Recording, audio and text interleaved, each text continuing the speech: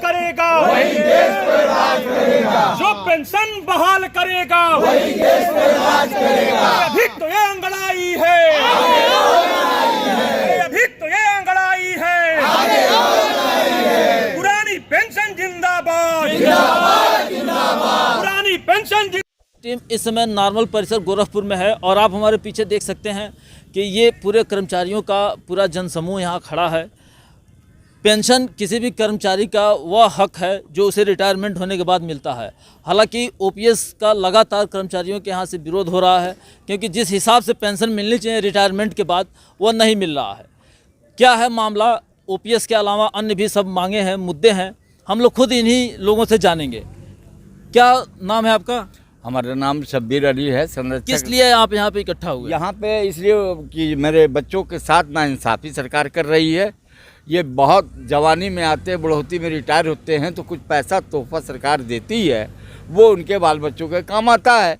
लेकिन अब तो ये है कि वो हर जाम को टकरा कर तोड़ भी सकते हैं, हम पी भी नहीं सकते, छलका भी नहीं सकते।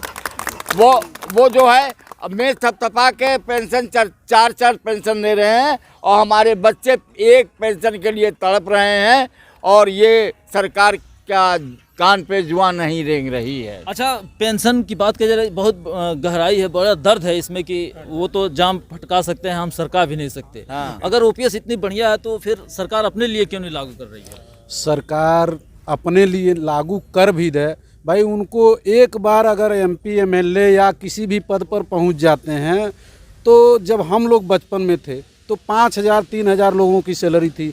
आज उनको पेंशन 80,000 से शुरू होता है, 84,000 उनका पेंशन है।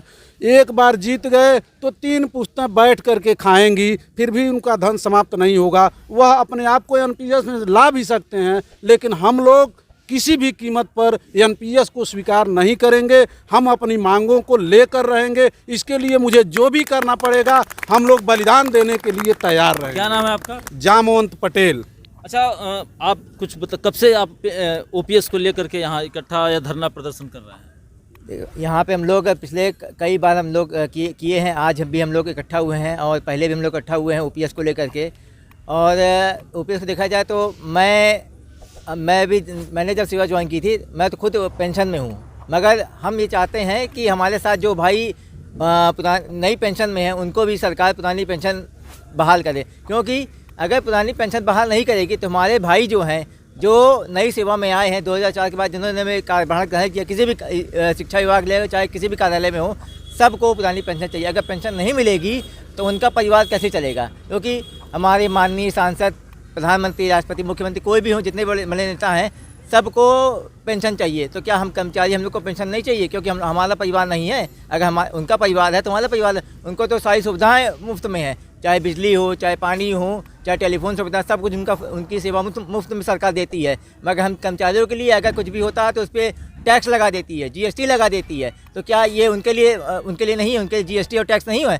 उनके लिए भी होना चाहिए। जब कर्मचारी है तो वो नेताओं को क्या ये नहीं है कि संविधान क्या इसकी इजाज़त नहीं देता है कि कर्मचारी को ही सब जीएसटी और टैक्स देना हो? क्या नेता को कोई अधिकार कुछ नहीं? आपके अनुसार कहीं ना कहीं ये दोहरा चरित्र है। जी हाँ, कि नेता के लिए अलग, कर्मचारी के लिए अलग। हाँ। क्या कहना चाहेंगे? तुमने चाहा ही नहीं हालात बदल सकते थे। मेरे आंसू तेरी आंख से निकल सकते थे और तुम तो ठहरे रहे झील की पानी की तरह, दरिया बनते तो बड़ी दूर निकल सकते थे। हम लोग को कहा जाता है कि हम लोग माननीय मुख्यमंत्री के शहर से हैं, मुस्कुराइए। काफ़ी सालों से मुस्कुरा रहे हैं, लेकिन अब मुस्कुराहट आंसुओं की तरफ बढ़ती जा रही है कि आंसू अलग है, निगाहें अलग हैं। हम कर्मचारियों के लिए क्यों निगाहें अलग हैं? और अगर दिल की हालत बताने लगेंगे तो पत्थर भी आंसू बहाने लगेंगे। वन नेशन, जब देश एक है, संविधान एक है, तो एक देश में 2 तरह के पेंशन क्यों लागू किए हैं माननीय मोदी जी? माननीय मोदी जी अपने मंचों पे लोगों से अपील करते थे कि आप लोग जो सक्षम लोग हैं गैस की सब्सिडी छोड़ दें। अनेक हजारों लाखों लोगों ने गैस की सब्सिडी छोड़ा है। मैं माननीय मोदी जी से कहना चाहता हूं कि अगर हमारी पुरानी पेंशन जो 60 साल की सेवा करते हैं कर्मचारी उनको नहीं दे रहे हैं, तो जो 5 साल की सेवा के लिए आपके सांसद विधायक आते हैं इनको पुरानी पेंशन क्यों आप दे रहे हैं? क्यों नहीं वन नेशन वन पेंशन की बात कर रहे हैं? निश्चित तौर पर इन मुद्दों को सरकार को संज्ञान लेना चाहिए और इस पर विचार करना चाहिए कि आखिर जब one nation one country one constitution की बात हो रही है तो फिर ये दोहरा चरित्र क्यों? अंतिम तौर पर 1 मिनट में क्या कहना चाहेंगे जो पूरा जन सैलाब खड़ा हुआ है यहाँ? देखिए, सभी बातें सभी वक्ताओं ने बड़े बेखूबी से कही। हम ये कहना चाहते हैं कि उत्तर प्रदेश की सरकार हो चाहे केंद्र की सरकार हो, ये कर्मचारी हितों पर हमला करते जा रही है और इस तरह से हमला कर रही है कि जैसे लगता है इसका बस चले तो हम लोगों को जबय कर देगी। इसलिए हम लोग आंदोलन की गति को बढ़ा रहे हैं और 2023 का जो वर्ष होगा आंदोलन का वर्ष होगा। योगी जी हमारे गृह जनपद के हैं, अपने आप को ये न सोचना है कि मैं कर्मचारियों का चबा जाऊंगा, कर्मचारियों का हक चबा जाऊंगा।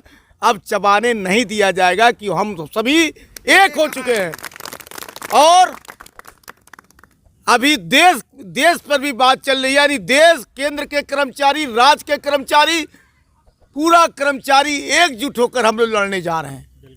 चैनल के माध्यम से मैं चाहूँगा कि पेंशन पुरानी बहाली को जो लेकर के बातचीत चल रही है उस पर सरकार फिर से कंसीडर करे और ये जो अभी इतना दर्द, शेरो शायरी और सारी बातें दिख रही थी, निश्चित तौर पर यह कर्मचारियों का आक्रोश है, गुस्सा है कि उनको जो 60 साल के बाद मिलता है वही उनके हाथ में बचता है, क्योंकि पूरी सेवा में तो परिवार और अन्य सारे खर्चे मैनेज करने में ही ख़त्म हो जाते हैं।